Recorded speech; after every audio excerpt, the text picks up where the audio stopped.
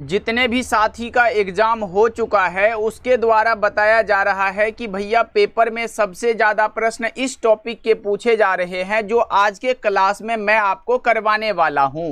तो मेरे भाई अगर आपका भी एग्जाम आने वाले दिनों में होने वाला है तो इस क्लास को आप लोग जरूर देख के जाइएगा, क्योंकि आपके पेपर में यहीं से प्रश्न पूछा जाएगा। ओके जी, तो चलिए फिर क्लास को स्टार्ट करते हैं। आप लोग एक एक प्रश्नों को बहुत अच्छे से याद कर लीजिएगा, क्योंकि इसी क्लास से बहुत सारा प्रश्न आपके एग्जाम में देखने को मिलेगा। तो आइए हम लोग क्लास को स्टार्ट करते हैं और पहला नंबर सवाल आपके सामने है। और यहाँ पे देखो क्या पूछा जा रहा है कि हाल ही में यूनेस्को की विश्व धरोहर सूची में शामिल मोईदम किस राज्य से संबंधित है। तो मेरे भाई ये मोईदम जो है ये असम राज्य से संबंधित है। करेक्ट आंसर आपका ऑप्शन नंबर बी हो जाएगा। चलिए आगे बढ़ते हैं। दूसरा नंबर सवाल आपके सामने आ चुका है और पूछा जा रहा है कि विश्व हेपेटाइटिस दिवस प्रत्येक वर्ष किस तिथि को मनाया जाता है। तो विश्व हेपेटाइटिस दिवस जो है मेरे भाई ये 28 जुलाई को मनाया जाता है। सही जवाब आपका ऑप्शन नंबर डी हो जाएगा। चलिए तीसरा नंबर सवाल को देखते हैं। यहाँ पे प्रश्न आपसे पूछा जा रहा है कि विश्व हेपेटाइटिस दिवस किस वैज्ञानिक की जयंती पर मनाया जाता है। विश्व यहाँ पे हेपेटाइटिस दिवस जो है मेरे भाई किस वैज्ञानिक के जयंती पर मनाया जाता है। तो ये मनाया जाता है डॉक्टर बारूख ब्लमबर्ग के जयंती पर। करेक्ट आंसर आपका ऑप्शन सी हो जाएगा। चलेंगे चौथा नंबर सवाल आपके सामने आ चुका है। एक एक प्रश्नों को बहुत अच्छे से याद कर लीजिएगा मेरे भाई, इसी टाइप के प्रश्न आपके पेपर में पूछे जा रहे हैं। देखो यहाँ पे प्रश्न है, हाल ही में भारत का पहला राष्ट्रीय यहाँ पे सहकारिता विश्वविद्यालय किस राज्य में स्थापित किया जा रहा है। तो ये गुजरात राज्य में स्थापित किया जा रहा है। ऑप्शन नंबर बी हो जाएगा। मेरे प्यारे भाई एक बार क्लास को जल्दी से आप लोग लाइक कर दो। अगर आप देख रहे हो तो प्लीज क्लास को लाइक करके सब्सक्राइब कर लीजिएगा।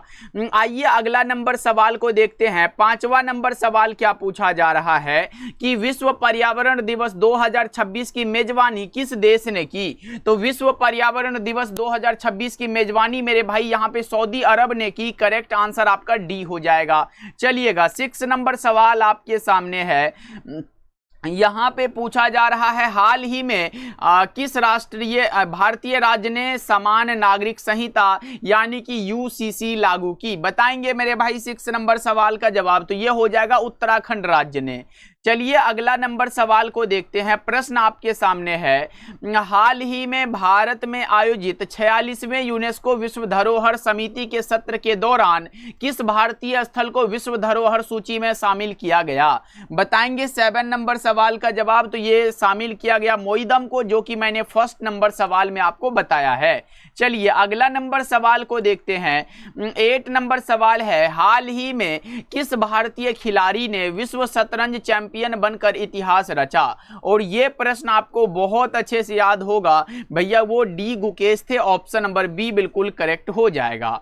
चलेंगे अगला नंबर सवाल आपके सामने यहाँ पे है और पूछा जा रहा है, हाल ही में भारत सरकार द्वारा प्रस्तुत केंद्रीय बजट 2025-26 किस केंद्रीय मंत्री ने संसद में पेश किया। बता दो जल्दी से 9 नंबर सवाल का जवाब। तो ये किया था निर्मला सीतारमण ने। ऑप्शन नंबर बी करेक्ट हो जाएगा। चलो आगे बढ़ते हैं। 10 नंबर सवाल है, विश्व जनसंख्या दिवस प्रत्येक वर्ष किस तिथि को मनाते हैं। तो 11 जुलाई को विश्व जनसंख्या दिवस मनाते हैं। चलो आगे प्रश्नों को देखते हैं। यहाँ पे प्रश्न क्या है, हाल ही में भारत ने किस देश के साथ मिलकर डस्टलीक सैन्य अभ्यास आयोजित किया। हाल ही में भारत ने किस देश के साथ मिलकर मेरे भाई डस्टलीक सैन्य अभ्यास यहाँ पे आयोजित किया। बताएंगे। तो ये किया उज्बेकिस्तान में। करेक्ट आंसर बी हो जाएगा। चलो आगे प्रश्नों को देखते हैं। यहाँ पे प्रश्न है, हाल ही में ऑपरेशन सिंदूर किस उद्देश्य से प्रारंभ किया गया था। तो आतंकवाद के विरुद्ध सैन्य कार्रवाई से। करेक्ट आंसर बी हो जाएगा। चलो आगे प्रश्नों को देखते हैं। यहाँ पे प्रश्न पूछ रहा है, हाल ही में भारत की अध्यक्षता में यहाँ पे आयोजित G20 शिखर सम्मेलन का अस्थायी प्रतीक किस पुष्प पर आधारित था। तो वो था कमल के पुष्प पर। ऑप्शन नंबर बी करेक्ट हो जाएगा।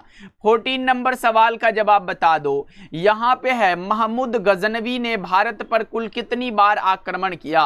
महमूद गजनवी ने मेरे भाई भारत पर कुल यहां पे 17 बार आक्रमण किया। करेक्ट आंसर आपका सी हो जाएगा। ये सभी प्रश्न मेरे भाई पूछे जाने वाले हैं। देखो यहां पे महमूद गजनवी का प्रथम आक्रमण कब हुआ था, तो 1000 ईस्वी में हुआ था। सही जवाब आपका ऑप्शन बी हो जाएगा।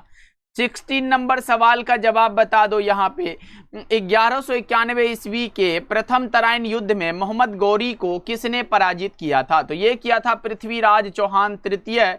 ऑप्शन नंबर बी बिल्कुल करेक्ट हो जाएगा। भैया किसने यहाँ पे मोहम्मद गौरी को किसने पराजित किया था, तो ये किया था पृथ्वीराज चौहान तृतीय। ओके चलो आगे बढ़ते हैं। अगला नंबर सवाल का जवाब बता दो। भारत में दिल्ली सल्तनत की स्थापना का श्रेय किसे दिया जाता है, तो कुतुबुद्दीन ऐबक को दिया जाता है।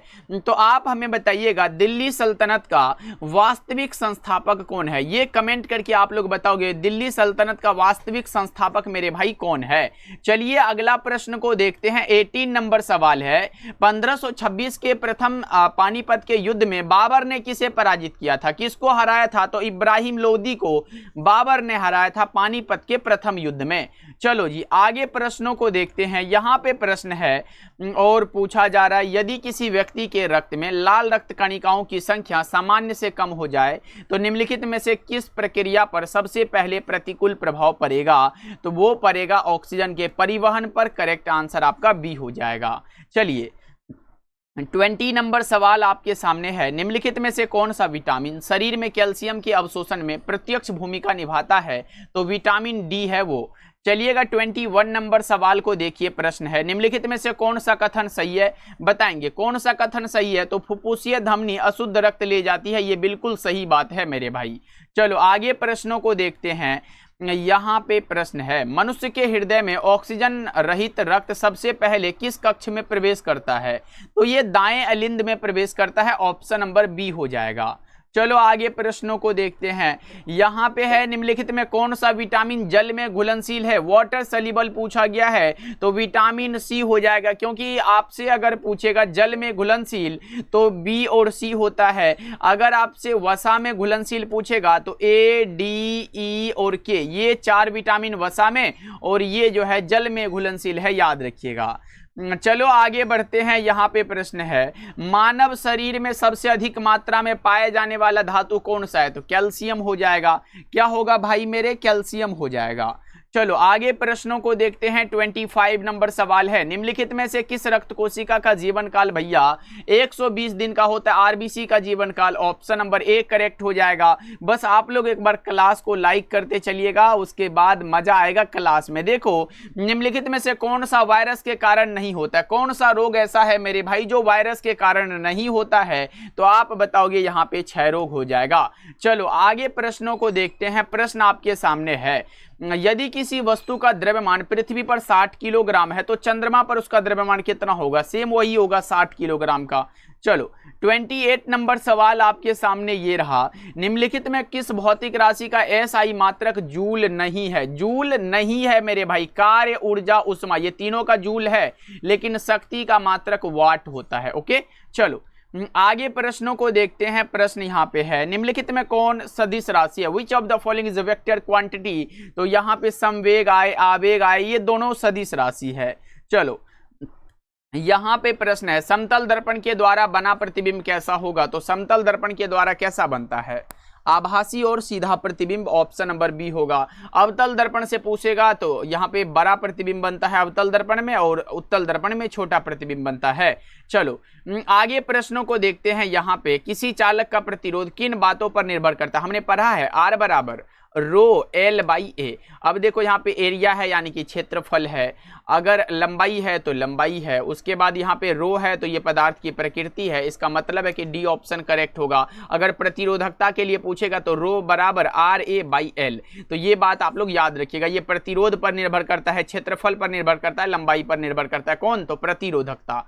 चलो आगे बढ़ते हैं। अगला प्रश्न का जवाब बताएंगे, घरेलू विद्युत उपकरणों को किस प्रकार जोड़ा जाता है, तो समांतर क्रम में जोड़ते हैं, पैरेलल सीरीज में जोड़ते हैं। ऑप्शन नंबर बी हो जाएगा। चलो आगे बढ़ते हैं, अगला प्रश्न का जवाब बताइएगा। निम्नलिखित में कौन सा पदार्थ अस्थायी चुंबक बनाने के लिए उपयुक्त है? अस्थायी चुंबक बनाने के लिए मेरे भाई इस्पात का उपयोग होता है। सही जवाब आपका बी हो जाएगा।